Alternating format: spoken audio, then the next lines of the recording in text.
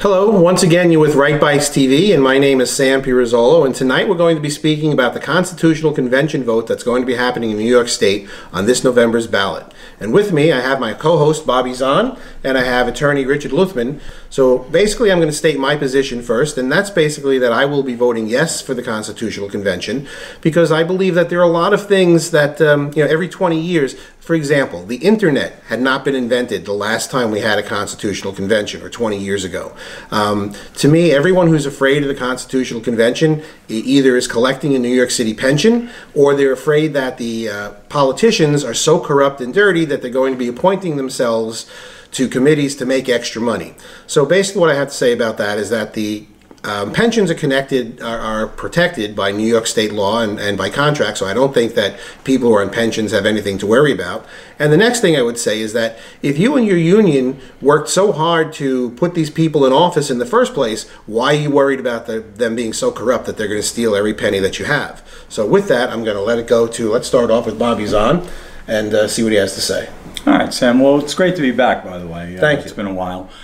So I'm for the Constitutional Convention as well, and for a lot of reasons. As you had mentioned, that it's been a very long time since we've had a Constitutional Convention. It's actually been since the 30s since we had a real one that was called by the people and not by the politicians. And in fact, the one in the 30s that was called was very, very successful, where we got many civil rights improvements, and we got pension improvements for the municipal workers. It was the one in '67 that was called by the politicians that was an abject failure. That was the one that nothing got passed. All right. Yeah, Rich? So I am for the Constitutional Convention. I'm in line with the New York State Bar Association, who believes that this is really the only time that we can make very significant law reforms to fix this broken system. We have a three-men-in-a-room political system. New York, Albany is the capital of corruption, nationwide. It's almost as bad as a swamp as Washington, D.C. The fact is that we need to get these people like the Espadas and the Skeloses and all the dirty politicians who they'll rob us blindly. Then they'll skip out on a technicality, and they still keep their pensions. We have to put in a situation when you steal money from the people, you lose your pension. We also want to put term limits in there. This is the only way we're going to get term limits. The politicians aren't going to ever put term limits in on themselves. The people need to go and do that. That's something that we need to do with the Constitutional Convention. And the biggest thing is the lie that the people out there are being fed by the people that are against the Constitutional Convention about your pensions. Your pensions are not under attack. Your pensions are protected under the federal contract clause of the federal Constitution. They would have to amend the federal Constitution for something like that to even remotely try to affect a pension that you have right now. If you are in a union, your pensions are protected. You will not lose that money unless the municipality or the state goes bankrupt. And probably the surest way for the state and the municipalities to go bankrupt is for the corruption to continue. All right, so let me ask you both this one question, because I did a segment like this with Mike Riley, and one of the things that we discussed is a constitutional convention really even necessary? Because the lawmakers, for example, can change pensions at any time they want. For example, we're like tier 6 or tier 7 in some of our city worker systems. So, do you need a constitutional convention to change a pension plan? Well, you don't need it to change a pension plan because, as you said, they've already done it 6 times outside of a pension plan. So then what is everybody afraid of? I'm not really sure what everybody's afraid of, but I'll tell you why you really need a constitutional convention. New York State is one of the very few states that has no ability for either referendum, direct referendum, or for recall.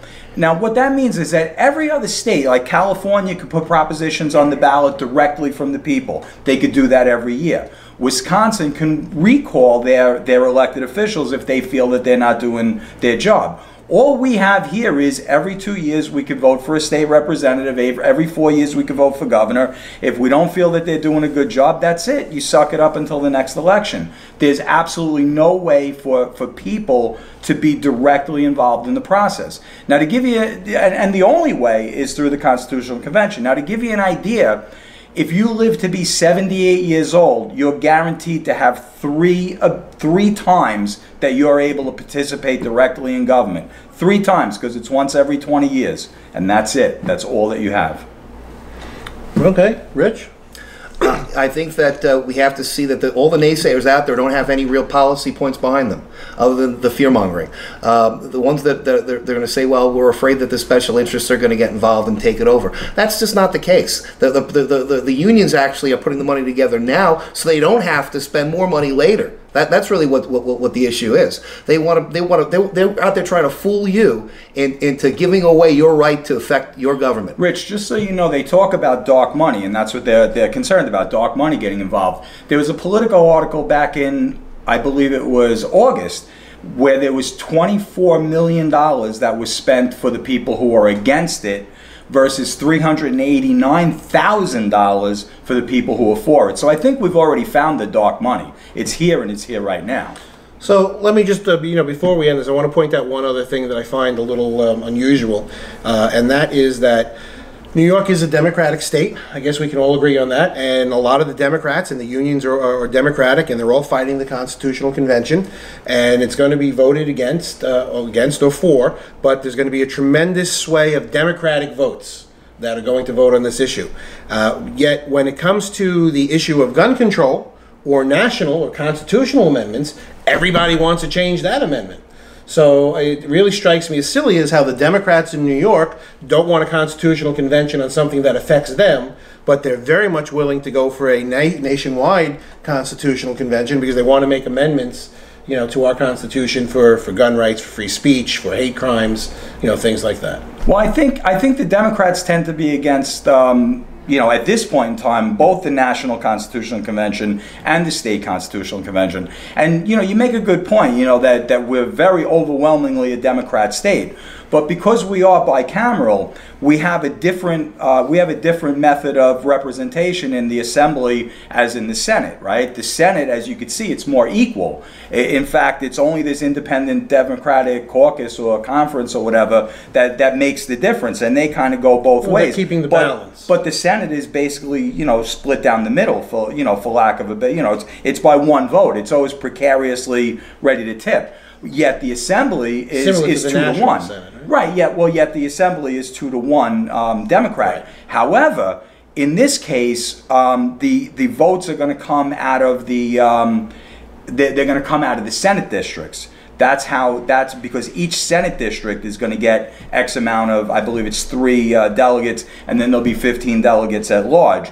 So there is a possibility that this won't be a Democrat home run like everything else is in the state. So if you are a Republican and you do live in a Republican Senate district, you really do want to consider voting for this, because it is going to be your only chance in 20 years to have any kind of say. In fact, one of the reasons why I support it the most is because there's a provision by a group called Divide New York State. Now, I'm going to tell you right now, I hate the name. I'm not a big fan of the name, but what they're proposing is to break New York State into 2 or 3 different autonomous regions.